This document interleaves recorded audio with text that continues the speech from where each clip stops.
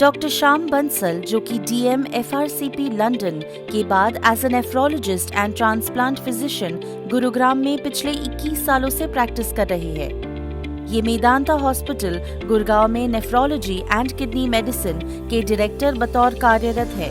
हमारे खान पान में प्रोटीन कहाँ से मिलता है और इसके कितने प्रकार होते हैं, आज डॉक्टर साहब हमें बताएंगे। खाने में प्रोटीन के दो सोर्सेज होते हैं। एक तो एनिमल प्रोटीन होता है। एनिमल प्रोटीन मतलब कि जो हमको दूध से, अंडे से, पनीर से, दूध और दूध वाली चीज़ों से और चिकन, फिश या मीट से मिलता है।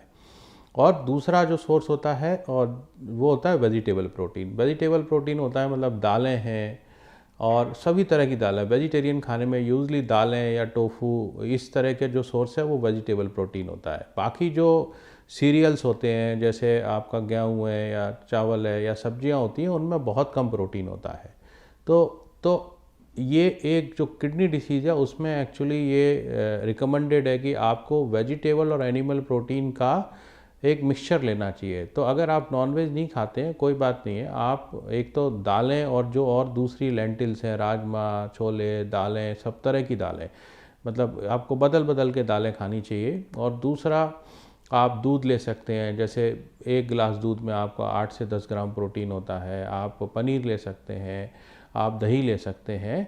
तो ये सब मिला के आपको दिन में करीब अपने वेट के हिसाब से, जैसे अगर 60 किलो वेट है तो 35 से 40 ग्राम आप प्रोटीन ले सकते हैं। किस खाने में कितना प्रोटीन होता है उसके लिए आप मेरी एक वेबसाइट है drshyambansal.com, उस पर जाके उसमें लिखा हुआ है कि कितना किस में प्रोटीन होता है। अपने वेट के हिसाब से दिन में आपको 35 ग्राम, 40 ग्राम या 50 ग्राम जितने प्रोटीन की ज़रूरत है उतना प्रोटीन आपको कंज्यूम करना चाहिए।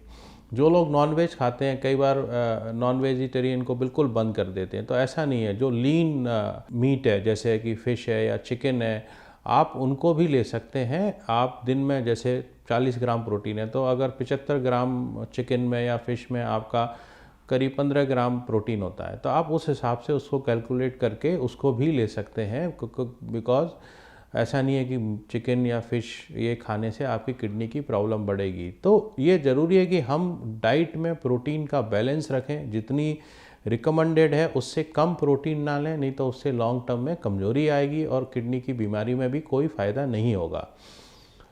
और एक प्रोटीन के एक्सेस को अवॉइड करें जो कि बहुत ज़्यादा है, जैसे कि वेस्टर्न कंट्रीज़ में होता है। इंडियंस में यूजली इतना प्रोटीन नहीं खाते, फिर भी आपको पता होना चाहिए कि प्रोटीन कितना लेना ज़रूरी है, उससे कितना ज़्यादा हार्मफुल है, कम लेना भी हार्मफुल है।